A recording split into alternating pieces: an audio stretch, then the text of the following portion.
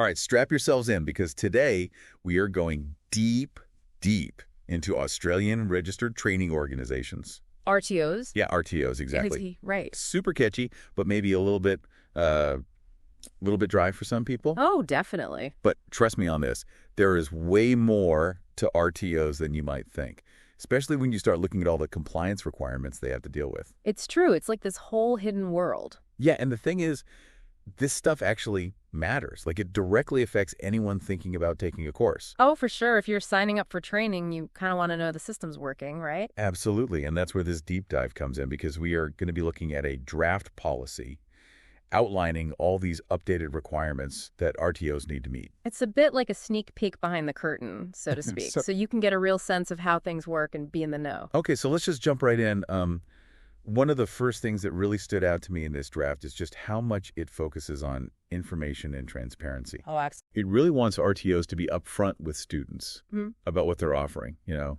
straight up. No messing around. Yeah, like no hiding the ball. Here's our registration code. Here's exactly what you'll learn, you know. Right, no surprises. No surprises. And I think this is all about, giving students the power to make informed choices. Yeah, preventing those bait and switch situations we've all heard about. Oh, tell me about it. Where you sign up for one thing Yeah. and get something completely different. Yeah, like imagine signing up for a coding course that promises to make you, some kind of tech genius. The next Zuckerberg. Yeah, and it turns out they barely cover the basics. Yeah, devastating. And it's not even just about course content either. No. This draft also tackles these sort of too good to be true promises that some places make, like guaranteeing you a high-paying job right after you graduate, which, come on. Yeah, come on. No one can guarantee that. It's just not realistic. It's not realistic at all. And I think that's where it gets really interesting because this policy is actually trying to address this bigger issue of, kind of predatory marketing in education. Oh, for sure. Like it's designed to protect you Absolutely. from unrealistic promises and make sure you are making decisions based on facts, not hype. It's all about having the right information. Yeah, it's like having a watchdog looking out for students. A watchdog with a magnifying glass. All right, so now there's this whole section about the Australian Qualifications Framework, which, is the... Or AQF. The AQF, yeah, which is basically the system that makes sure your qualification is recognized across Australia. And the graph talks about issuing the AQF certification, which is that official document you get. Yeah, the one you frame and hang on your wall. Yeah, well, I mean, maybe not. Or at least keep in a safe place. Yeah, in a safe place. Definitely. But anyway, the draft says it should be issued within 30 days of completing your requirements. 30 days. Wow, that's pretty fast. I know, right? 30 days. It's like they're saying, get that certificate out there ASAP. Yeah, I mean, on the one hand, it's great for students, right? You get your qualification recognized quicker. You can move on with your life. Exactly. No waiting around. But on the other hand, I imagine that must put a lot of pressure on the RTOs to have all their ducks in a row, documentation-wise. Oh, definitely. No room for slacking there. And speaking of documentation, there's this whole detail about how long RTOs have to keep student records. Oh, yeah. The record keeping. It's crucial. Yeah, and it's kind of interesting. It says 7 years for completions after 2015, but 30 years for anything before that. That's a big difference. Why do you think that is? I don't know. I guess maybe older records are harder to digitize or something. Could be. Or maybe it's because those qualifications might be from a time when record keeping wasn't as standardized. Yeah. So they need to hang on to those records for longer, just in case. Yeah, like your educational time capsule. Exactly. A paper trail of your achievements. And there's this very specific requirement that testimers... Which is just a fancy word for the certificate. Yeah, the certificate, it has to include the statement, the qualification is recognized within the Australian Qualifications Framework. It's like a stamp of approval, Yeah, why is that so important to actually have it written right there on the certificate? Well, think about it. That statement is basically what connects your qualification to the national standard. Right. It's what gives it that weight, that recognition. So it's not just a piece of paper from some random training organization. Exactly. It's saying, hey, this qualification meets Australian standards. Okay, now this next one is, it might seem a little strange at first. Oh. The draft says that RTOs cannot include a student's unique identifier on their AQF certification. Interesting. So no student ID numbers plastered all over it. Yeah, which seems a little counterintuitive, right? Yeah, you'd think they'd want to link the certificate to the student. Exactly. But it's actually all about protecting your privacy. Ah, makes sense. Australia takes data security very seriously, and this rule actually stems from the Student Identifiers Act of 2014. So it's all above board. Yeah, and it's basically about separating your identifying information from your qualification, adding this extra layer of protection to your data. So you get this nice official certificate, Yep. but it doesn't have your personal details splashed all over it. It's a small detail, but it actually speaks volumes about how much Australia prioritizes data privacy in education. Absolutely. It's about keeping that information safe and sound. Okay, now let's move on to something that might seem a bit trivial, but actually plays a big role in recognizing legit training. All right, I'm intrigued. It's the nationally recognized training logo. The NRT logo. The NRT logo, yeah, and the draft is super specific about how this logo can be used. What about colors they can use or what font? I think it even specifies the exact shades of green and red allowed. Wow, they're not messing around. Nope, not at all. But it makes sense though, right? I mean, that logo is a symbol of quality. Exactly. Think of it this way. You're walking down the street and you see two cafes. One has a hygiene rating displayed. The other one doesn't. Which one are you going to trust more? Definitely the one with the rating. Yeah, and the NRT logo works the same way. It's a sign that the training meets national standards. Exactly. So it helps you sort the good from the bad, so to speak. Makes perfect sense. And the nationally recognized training logo conditions of use policy. You know, the document that outlines all the rules. Yeah, I bet it's a real page turner. Oh, yeah, super exciting. But it really shows how serious they are about maintaining the integrity of this logo. Like they're protecting a trademark. Yeah, because ultimately that logo is a symbol of quality assurance, and they don't want it to be misused or diluted. It's about sending a clear message. This training is the real deal. Okay, let's shift gears a bit and talk about something that really highlights how seriously Australia takes running an RTO. Okay, lay it on me. The policy draft outlines these fit and proper person requirements for anyone in a position of control within an RTO, and let me tell you, it is not messing around. Fit and proper person requirements. That sounds pretty serious. It is, and the point is to make sure that the people running these RTOs are, well, Fit and proper? yeah, fit and proper, exactly. So, like, what does that actually involve? Well, they look at things like their compliance history, their financial stability, Yeah. their ethical conduct.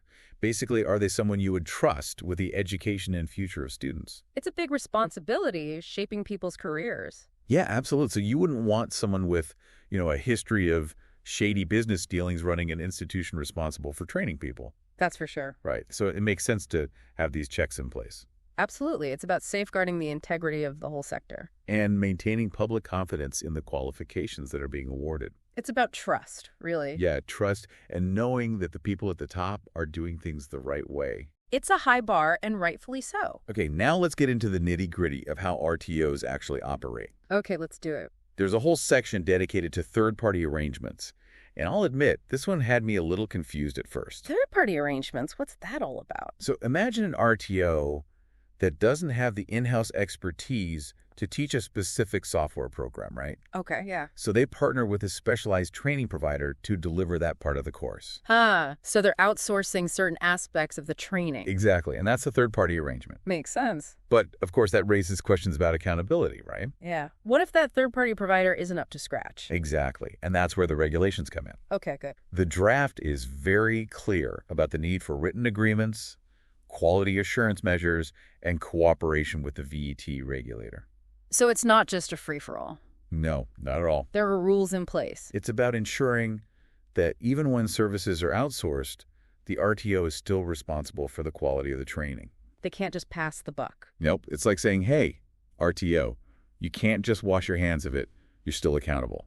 Makes sense. It's all about maintaining that chain of responsibility. And making sure the standards are upheld, no matter who's actually doing the teaching. Exactly. Now, let's talk about money matters, because this is where it gets real for students, right? Absolutely no one wants to be left out of pocket. And I was really relieved to see that this draft includes prepaid fee protection measures. Oh, that's good to hear. Because, we've all heard those horror stories about people paying for courses up front, and then the provider disappears with their money. Yeah, it's a nightmare scenario. It is, and that's why these regulations are so crucial. So what do they actually require? They require RTOs to have systems in place to protect students' prepaid fees in case the RTO can't deliver the training. Like an insurance policy for your education? Exactly, so you don't end up empty-handed. Makes you feel a bit more secure knowing that your investment is protected. Yeah, definitely. So there are actually different options for how they can do this, depending on the type of RTO. Okay, so break it down for me. All right, so for government entities and Australian universities, they need to have a policy that guarantees either placement into an equivalent course or a refund of prepaid fees if they can't deliver the original training. Okay, that makes sense. Those institutions tend to be pretty stable. Yeah, but what about other RTOs? Yeah, what about the smaller players? They have to choose from a few options, like having an unconditional financial guarantee from a bank. Oh, wow. So they have to put up some serious collateral. Yeah, or being part of an approved tuition assurance scheme, or having some other fee protection measure approved by the VET regulator. So there are different ways to ensure that students' money is safe. Exactly. And it sounds like the VET regulator is really keeping a close eye on how this is all being implemented. It's about building that trust, making sure everyone feels confident in the system. Absolutely. And it's about protecting students' financial interests. Yeah, because at the end of the day, it's their education that's at stake. Okay, so we've covered a lot of ground in this first part of our deep dive. We have. It's been quite a journey. We've gone from the AQF to NRT logos to fee protection measures. And we've only just scratched the surface. But that's all we have time for in this part. Join us for part 2, where we'll delve even deeper into the fascinating world of Australian RTO compliance. Okay, welcome back. I gotta say my head is still spinning a little bit from all that talk about logos and bank guarantees and whatnot. Yeah, there's a lot to unpack there. A lot to unpack. But it's all important stuff. It's amazing how much goes on behind the scenes just to make sure these training organizations are running smoothly. And ethically, of course. And ethically, yeah, which ultimately benefits everyone. Oh, absolutely, especially the students. Exactly. That's who it's all about. So are you ready to dive back in? Oh, yeah, bring it on. What else is hiding in this policy draft? Okay, well, one thing that jumped out at me is the requirement for RTOs to have public liability insurance. Public liability insurance. I mean, it kind of makes sense, right? Yeah, it's like a safety net for everyone involved. Exactly. Like, what if someone trips over a cable in the computer lab or spills hot coffee on themselves during a barista course? You know, accidents happen. They do. And this insurance is there to make sure that if someone gets injured during a training activity, there's financial coverage to handle it. Yeah, so it protects the student who might need medical attention, and it also protects the RTO from facing a lawsuit. It's a win-win. It is. It seems like common sense, but I guess sometimes common sense needs to be spelled out, right? Sometimes, yeah, you got to make sure everyone's on the same page. And it's just reassuring to know that this level of protection is mandatory. Absolutely. It's a basic requirement, but an important one. Okay, now the draft also says that RTOs have to comply with all relevant Commonwealth, state, and territory legislation and regulatory requirements. Oh, okay. That sounds pretty broad. It's basically a catch-all clause to make sure they're playing by all the rules, not just the ones specific to the VET sector. So it's like saying, hey, you can't just follow these guidelines and ignore everything else. Yeah, exactly. Like they need to be operating within the bigger legal framework of Australia. It's about accountability. Yeah. It is. They're accountable to the VET sector, but also to the broader Australian community. They're part of the bigger picture. Speaking of accountability, let's talk about annual declarations of compliance. Annual declarations. This is where it gets a bit like tax season for RTOs. Oh, tell me about it. Every year, they have to submit a declaration to the VET regulator confirming that they're meeting all the requirements of the VET quality framework. It's like an annual checkup. It is, making sure everything's in tip-top shape. Making sure they're ticking all the boxes. So what happens if an RTO doesn't submit this declaration? Or worse, what if they're not actually in compliance? Well, the VET regulator has a whole range of enforcement actions they can take. Okay, like what? It can be anything from warnings and fines to, in really serious cases, suspension or even cancellation of registration. Whoa. Okay, so there are real consequences for not taking this stuff seriously. Oh, absolutely. It's not just a paperwork exercise. So the VET regulator has some teeth. They do. They have the authority to make sure these standards are upheld. Now things change. Businesses evolve. What happens if an RTO needs to make significant changes to their operations? Good question. Do they just send the VET regulator a quick email? I don't think so. This is pretty serious stuff. It is, and the draft actually requires them to formally notify the VET regulator of any material changes. Material changes? So, like, what kind of things are we talking about? Well, it could be anything from changes in ownership or key personnel to even substantial changes in how they deliver their training. Oh, okay, so pretty big stuff. Yeah, and the point is to maintain transparency. Keep the VET regulator in the loop. Exactly, so they can make sure those changes don't compromise compliance. It's about checks and balances, you know, Yeah, checks and balances. making sure everything's still above board. Now, remember those fit and proper person requirements we talked about earlier? The ones to make sure the people in charge are, well, fit and proper. Yeah, those ones. Well, there's a whole schedule dedicated to them in this draft. Oh, wow. They really go into detail. They do, and it gets into a lot more detail about what factors they consider. So, like, what kind of things are they looking at? Well, things like past convictions, financial history, Yeah. even whether someone has been disqualified from managing corporations. It's like a deep background check. It is. It is. They're really making sure these people are trustworthy. It's about protecting students and the reputation of the whole VET sector. Yeah, no cutting corners here. High standards all around. Absolutely. And it makes me feel a lot better knowing that these checks are in place. It's about accountability and transparency, which is what we want to see. Okay, so we've covered even more ground in this second part of our deep dive. We've talked about insurance, compliance declarations, and even the character of the people running these RTOs. It's been a whirlwind tour of the regulatory landscape. But we're not done yet. There's still more to explore. Stick with us for the final part of our deep dive, where we'll wrap things up and talk about what all this means for the future of the VET sector. All right, welcome back to the final part of our deep dive into this world of Australian RTO compliance. I feel like we've been on quite a journey, We have. We've really gone through, a lot of information. decoding all those acronyms. Yeah, the AQF, the VET, all that good stuff. And don't forget the fit and proper person checks. Oh, yeah, those were intense. Really making sure those at the helm are, well, up to the task. Absolutely. But now that we've covered all that, I kind of want to step back, look at the bigger picture. Yeah, take a bird's eye view. What are the key takeaways here? What should our listener really walk away with after this deep dive? I think the biggest takeaway is just how seriously Australia takes its VET sector. Oh, for sure. These compliance requirements, they're not just like red tape or bureaucratic hurdles. Yeah, they're not just busy work. No, they're actually carefully designed safeguards. It's all about protecting students, right? Absolutely, making sure they're getting quality training, that the RTOs are operating ethically. Yeah, that they're accountable for their actions, It's about building a system of trust and transparency. which is so important. When you see that an RTO is meeting these standards, it tells you they're really committed to providing a valuable experience. It's like that feeling of, knowing the restaurant you're about to eat at has a 5-star hygiene rating. Exactly, you just feel more confident. Yeah, and that confidence is crucial, especially when you're investing time and money in your education. You want to know that your investment is worthwhile. So, thinking back on everything we've discussed, are there any details that really stand out to you? I think the focus on data privacy is pretty impressive. Oh, yeah, the whole thing about your unique identifier being kept separate from your qualification. It's a real commitment to protecting personal information. It's like saying, your achievements are your own. They're not just a data point. And what about those fit and proper requirements? Oh, those are a big one for sure. Really weeding out anyone who might compromise the system, Protecting the reputation of the whole sector. making sure students can trust that their qualifications have real value. It's all connected, you know? It is. It's like the foundation of a house. The part you don't see, but it's holding everything up. And that's why this deep dive has been so valuable.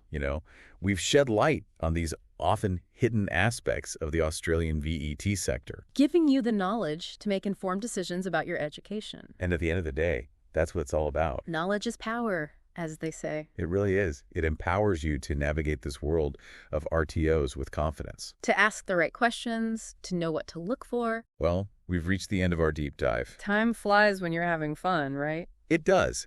But, learning is an ongoing journey. And the world of education is constantly evolving. So we'll leave you with this final thought. What other aspects of RTO operations do you think warrant further scrutiny or public discussion? It's a question worth pondering as we all navigate the future of learning and work. Thanks for joining us on this exploration of Australian RTO compliance. It's been a pleasure. And until next time, keep seeking knowledge, keep asking questions,